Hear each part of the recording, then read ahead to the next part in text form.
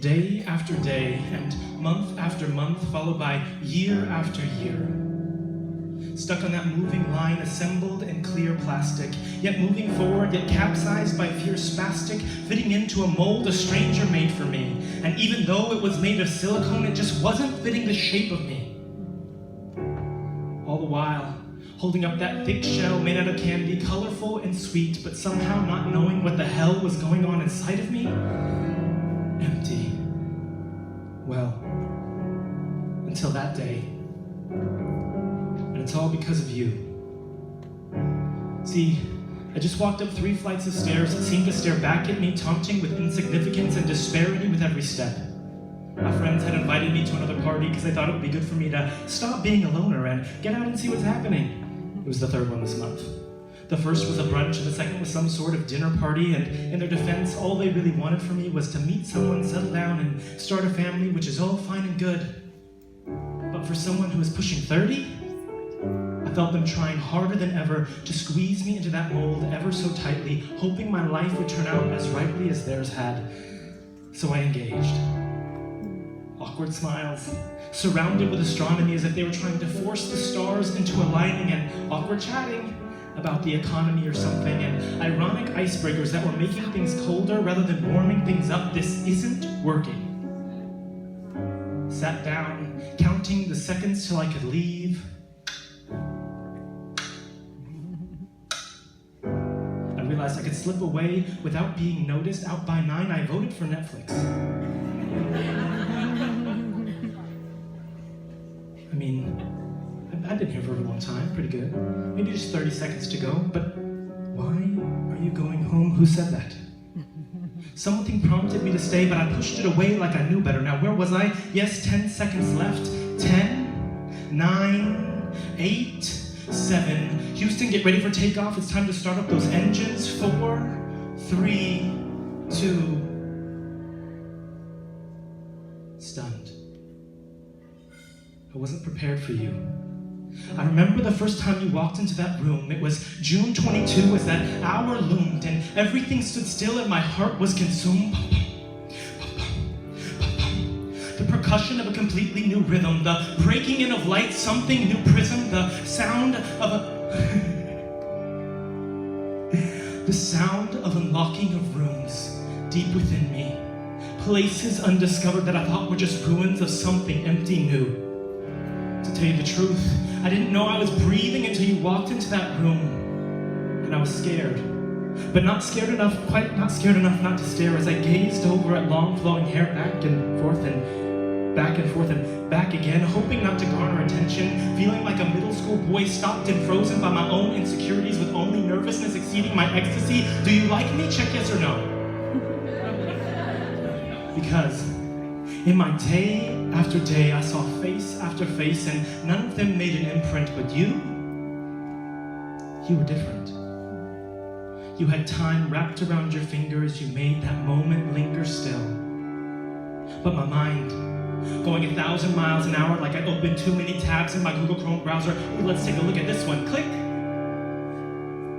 One focused on your hands, and how gracefully they dance as you talk with them, click. This one, on your eyes, and how they sparkle with the light like speckles in the midnight sky, shooting star, make a wish, click.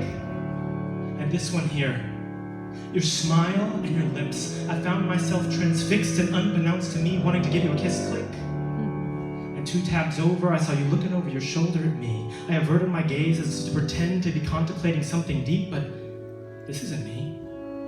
I'm not the one prone to delusional fantasies, so I sat down. Undeniable though, I felt bravery welling up in me. I closed my eyes reckless, breathed in and out, restless, as I scrounged together those 20 seconds of insane courage that movie talks about. Standing again, I opened my eyes, and there waiting for me was not the surprise I wanted. As you were gone, and I didn't even get your name. First shock, and then denial as I scoured through the room if it was a cabinet full of files and not knowing which one was yours, and all of them was alphabetical, but to me your name was parenthetical as that girl. And when I realized that none of these files had your picture attached, I had to take a step back, and just my luck, I snapped back with the word No? I'm gonna keep this PG-13, but having believed this since I was 13, that guys like me don't get the girl, don't know how to flirt or lack an adventure with a day job living alone, and when the week is over, I'm just growing older with not much to show for it, so I pushed her out of my mind. But when I did, I came to find that another entity stepped up in line and said, "What if?" He said it in a whisper, but it sounded somewhat familiar, yes. It was the voice that tried to hinder me from leaving earlier tonight. And his ifs grew louder and louder, and each one gained more power than the last. What if? What if? What if?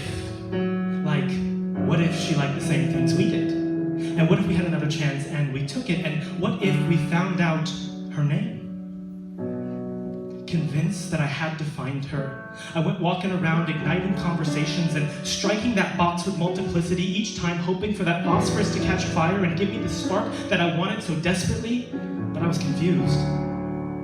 As each aspect gave me more clues, but every interview gave me a different name. Like one guy said that her pen name was Story, and that her eyes had captured him and pulled him into the tale she was telling like she believed her own narrative. For she was story itself, plot and character twisted together with adventure leaping off the pages of her face. Another woman I talked to went up to her. She said it was unmistakable that the girl I was talking about was named Melody, that she was a singer, a songwriter, all in one. She could make a moment linger and unravel you undone. She was sound. She was high and low, wrapped around notes with crescendo crashing, giving life meaning, but you had to hear it to understand it completely. Then finally, the friend who invited me overheard my talking, so I unloaded everything on him, and he said, "Oh, you're looking for M." M? He said it was her nickname, that it was short for mover, as she couldn't stand still. And she talked with her hands because she still thought it a dance, but she had a way of sculpting the air and making something from space. And you could almost feel her movement as you watched the expression on her face because she's a dancer. He said, "Bro, I don't really know her that well, but I'm pretty sure I could help you find her." I thought, yes, I'm closer. Still confused as why no one could produce a solid name for her, but deep down I knew that this was her nature, so I decided to keep looking.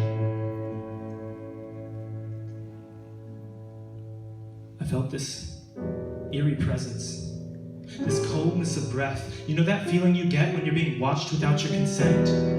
I turned round to be confronted by a face across the room, looking as someone has already determined his fate. And the doctors told him there was nothing else they could do, and he'd been walking in death's gate for a while. Once he had my attention, he picked up his hand and with it began to fan, motioning for me to go over to him. Do not go over to him. There was that little voice again. He told me not to go over, that he didn't look like good news, but this time I pushed him aside again and leaving him bruised like I knew better. And I walked over. He stared at me for a moment with his existential stare, accompanied second string by the sarcastic grin on his face, opened his mouth and outpoured the following. "I know the girl you're looking for, and her name is Creativity. And just try and not interrupt me because I can feel you. But I've danced with this girl long before you ever knew she existed, and I've been plagued with her sick sadistic ways as she makes you think everything is beautiful, but it's a lie. She's just not that suitable, because it's pain with this one, because the more you engage, the more you create, and the more you create, the more you're enraged, as you have to embrace this pain to find anything authentic, and authentic comes at the cost of you. Like, who knew depression would become my best friend? And performance was defining me as I lay awake at night asking, who am I really? Or do people only like me when she's around? He looked me up, down, and through and continued. I don't think you'd have to worry about much anyway if you did engage her. Because in that face after face, she sees mugs like yours every day. Lackluster and generic. Oh yeah, this club is a bit more esoteric than you ever thought. Take it from me, forget her face, go home to the warm embrace of your couch lit up by the glow of your TV and fall asleep. So in summary, take your ass home and hit the street. I don't want to see you again. He walked away. but he'd already confirmed the fear I had in myself. I grabbed my coat and heard it raining and thought, how appropriate. As if fate couldn't give me a break for just one moment, I did not sign up for this. Headed for the stairs, and step after step, my heart wept as my eyes stayed dry, wondering if everything he said true and everything I felt a lie. Maybe beauty was just hope for the naive. And maybe the world was as cruel a place as he made it out to be. I thought about this girl, how everyone described a similar nature to me, but they named her differently. And maybe her facets were just meant to deceive, and she was a master illusionist who deserved a standing ovation for her convincing performance, and I walked right into her act. How could I be so stupid?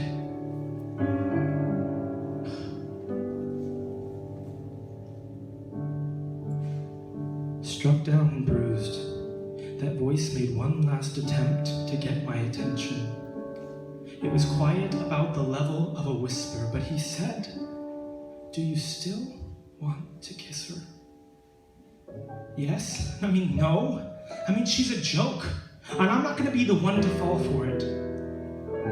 But all it takes is an idea to take you over completely, and deep down, I wanted to believe in this one concretely.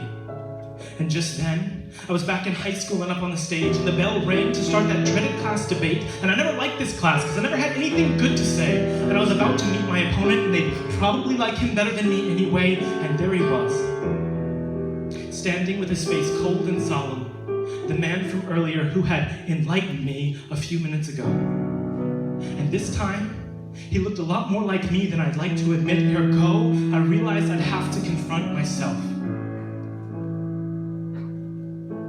I didn't notice at first, but that small voice within brought a friend with him, and I called him conviction, and I said, I do not believe that creativity and all her beauty will lead me into pain.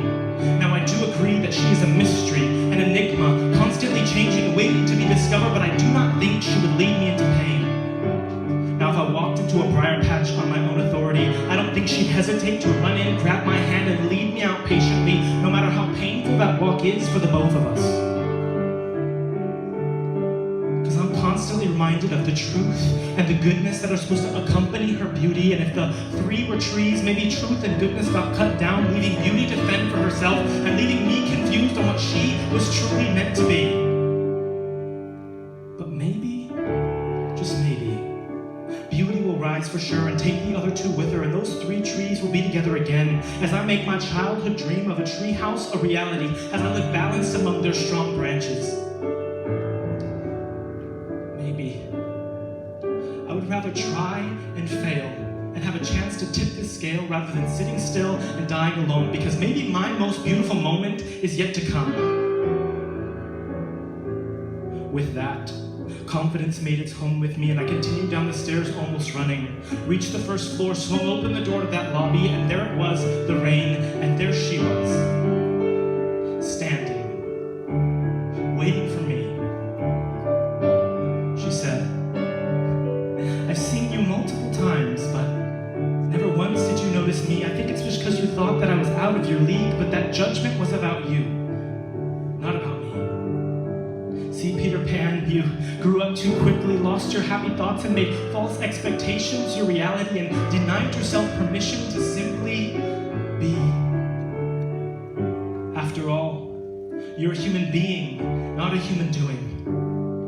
But I can see now that that's shifting, and I'm inviting you to come and chase me fully if you dare. It's a fantastic game of hide and seek as we can learn what it means to live fully together, and it won't always be easy, but I promise it'll be worth it. With that, she walked over slowly, leaned in closely, and gave me a kiss. Time stood still again, and this time it felt like adventures. It felt like discovering caves and finding pirate treasures like the Goonies.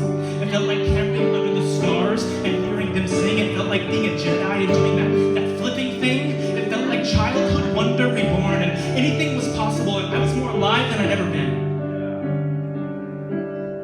She leaned to my ear, spoke clearly to make sure I could hear, and she said, "You're it? With that, she was out the door and into the rain. I followed after, but I couldn't remain. As she slipped away, but the smile on my face didn't.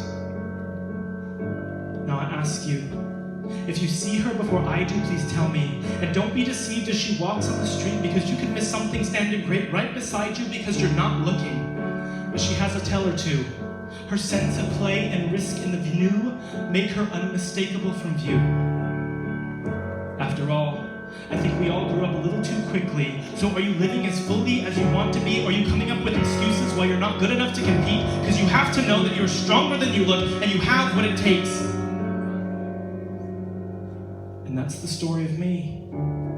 Because I actually don't know where I would be had I not gone after that girl named creativity. Thank you.